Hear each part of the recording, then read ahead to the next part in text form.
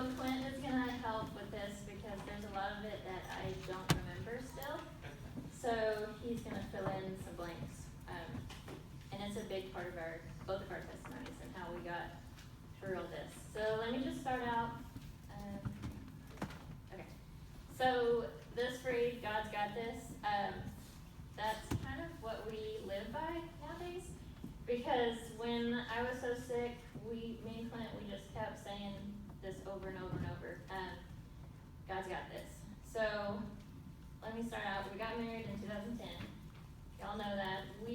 Most of y'all don't know, we had problems getting pregnant. We tried for 4 years and went through 3 infertility doctors with no answers. Nobody could figure out what the deal was. So we ended up kind of going back and forth with each other, starting to blame each other. We didn't really have God as our focus. We kind of got distance from it. And we kind of were putting what we wanted in front of, and what we wanted and when we wanted it in front of God's timing and trusting Him fully. So it was pretty stressful for us at that time. We, as a last resort, we decided to do in vitro, and that's the day we actually did in vitro. We tried it one time and it actually worked. So we ended up pregnant with twins, and it was such a blessing. We didn't really tell many people that we were doing in vitro because we didn't really want to get our hopes up, but once it worked, we, told people that we were pregnant, and the prayers just, started flowing. I had a really, really, really hard pregnancy. I was sick 5, 6, 7 times a day, throughout the night. I started retaining water at an early stage, had really high blood pressure, had a lot of complications. I started contractions at like 26, 27 weeks, ended up getting put on bed rest. It was pretty rough. I started getting panic attacks, and I had never had that before, and so I was looking online, asking everybody I knew, how do you get through this? Because in the panic attack, I felt like I was going to pass out. I felt it was horrible. So I tried everything, and what ended up working to help me calm down and get through it was listening to Christian music. That was the only thing that helped. And so I ended up playing Christian music 24/7. And I played it everywhere, when I slept, when I was awake, just in the house. It was everywhere. That really helped. Clint didn't understand the panic attacks because we had never experienced it, but he started to notice that the Christian music was helping me calm down, helping me get through it. So that was a big eye-opener for both of us, I think, that we needed to really trust Him at an early stage.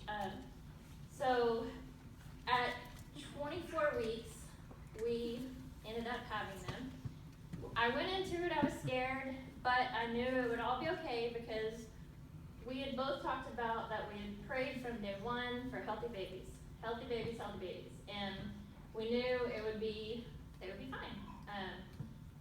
Looking back, I realized that we never actually prayed together, but we would talk about praying about it all the time. We talked about it, but we never actually sat down and prayed together. And later that will become huge in our relationship. So the night I had Piper and Pearl, I got really, really sick. I don't remember anything from that part and from the stay of Providence. So Clint is going to take over on how we got through this with the prayers and God just showing us that everything was going to be okay.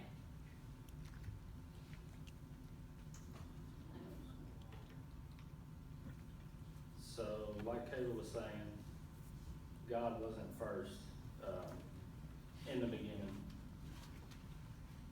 Through a lot of this, it was I prayed by myself, Kayla prayed by herself, and you know, it just wasn't more in the back of our minds than in the front where it should have been. And like she said, right after we had them, it was around noon. That night, Kayla got sick bad. Didn't really know at first what was going on. It was several days later before they figured it out. But the silver lining in the whole deal, we did have 2 healthy babies. I don't know. I barely got through it with just Kayla being sick. I can't imagine having 2 babies in the NICU and Kayla in the ICU. But I was torn the whole time when we were at Providence. They were upstairs, Kayla was downstairs, and I wanted to be with them, but I knew I needed to be with Kayla.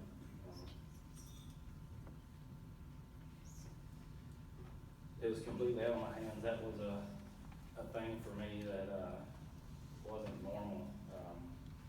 I'm a take control of the situation kind of guy, and I got control of it, and this was just beyond my realm. It was just sitting there watching, and it was quite a struggle. Day after day after day of no sleep, worried and sick, and just not trusting God. It was not, it wasn't a good time.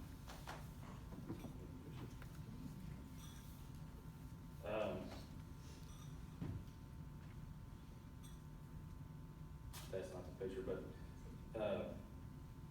they ended up doing an exploratory laparoscopy surgery on her to try and figure out, she was getting septic, sick, so on and so forth. Did surgery, figured out what it was.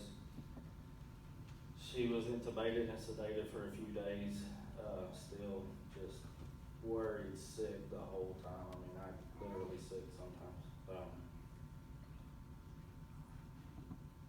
But there was one day, I think it was the day after they woke her up, we got to wheel her upstairs, and that was the first time.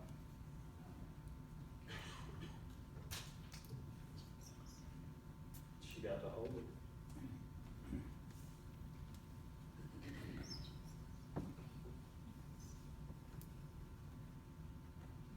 And God gave us that moment.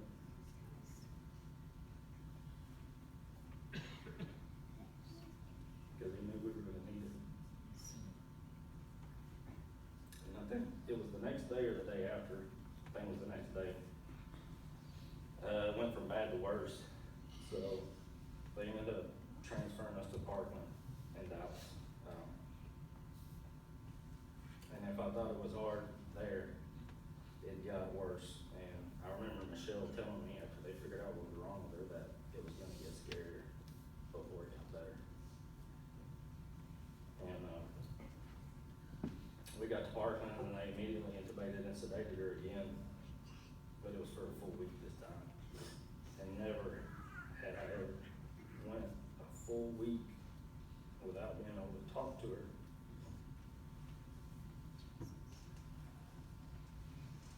And that was a hard part. I mean, I would stay awake at night sometimes and just write her letters.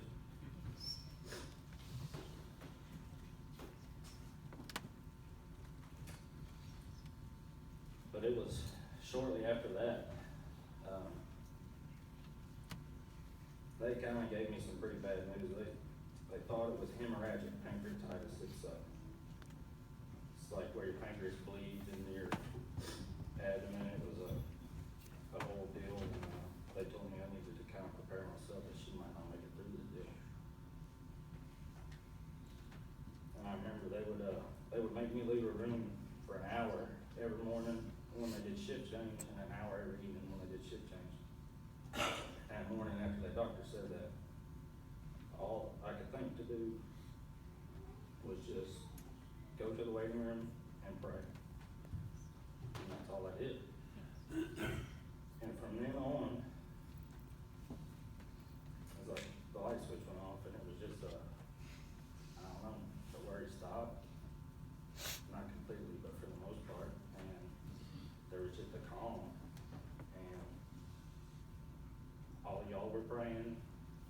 All of our church in Hamilton was praying. My brother's church, I mean, thousands and thousands and thousands of people that were praying. It was like I could physically feel it.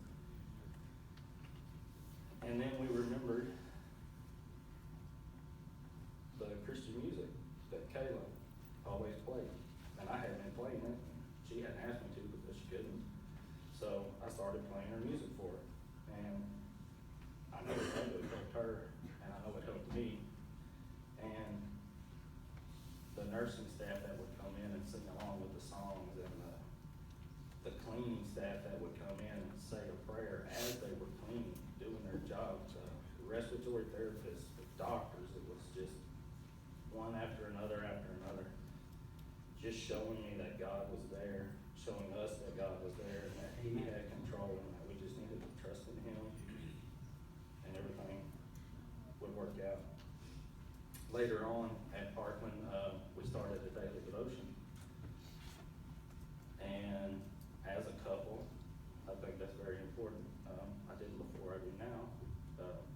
Doing that together, praying together is very important. When God is in the center of your relationship, it's a lot easier, a lot better. That's about all I got. So, not much really stands out of the stay at Parkland either. I was there for 68 days, but it's kind of a blur to me. The pain was just unbearable every day. I struggled emotionally as a new mom, not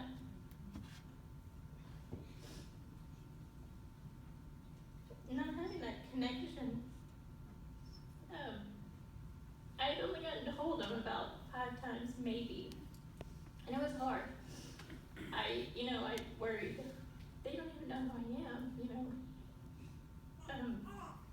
and I started to think, I kind of had a pity party. Why me?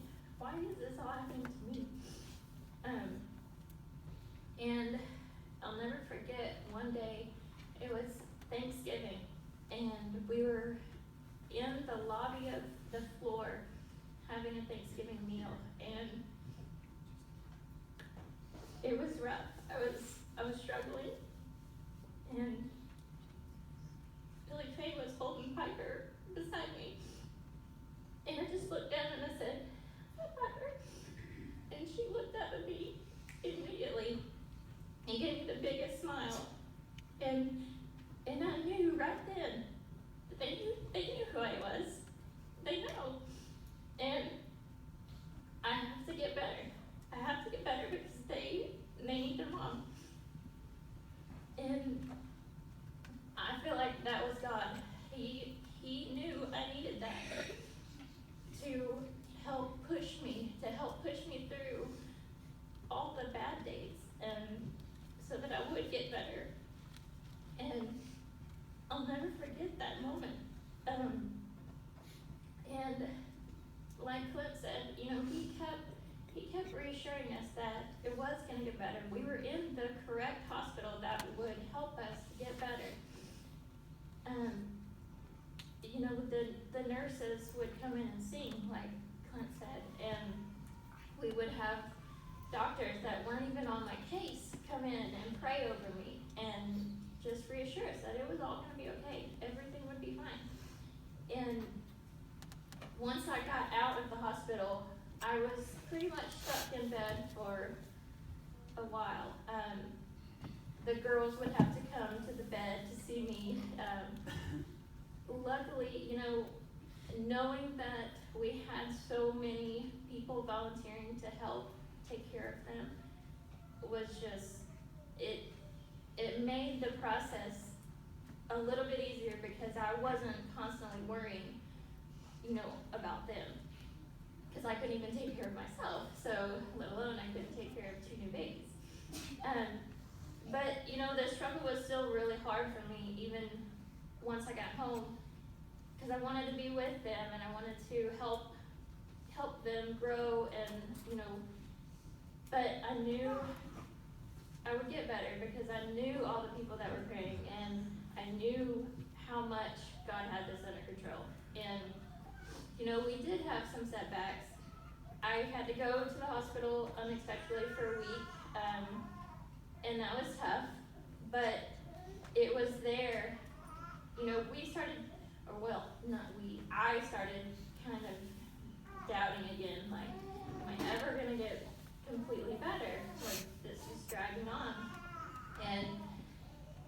remembered, the only thing I remember from my stay at Providence was right before I went into the exploratory surgery, Michelle, my doctor, most of y'all know her, she stopped us in the hallway and prayed over me. And that is the only thing that I remember. And when we were at the hospital, and I remember that, it made me realize he's had this from the beginning. He's got this. And I have to fully trust him and be patient on his healing. It's not my timing, it's his timing. So each week I finally got stronger and stronger and stronger, and we needed to start thinking about the final surgery. I was ready to get it over with, wanted to be done with this, but in the past, it kept getting pushed back. The doctors just weren't ready. They didn't feel like I was ready. They kept pushing it back, months after months. And there again, it was hard because I wanted it done. But I would pray and try for, pray for peace. Just give me peace that this is gonna be okay. And going into the final surgery in November, I remember the day that I went in, I wasn't nervous at all.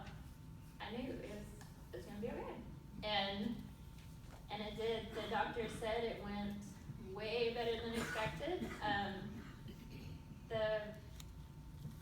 I got out of there in 4 days after a full abdominal surgery, and I was back at home with the girls.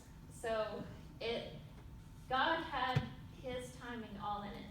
He knew that I needed a little more time to heal before I go back into another surgery.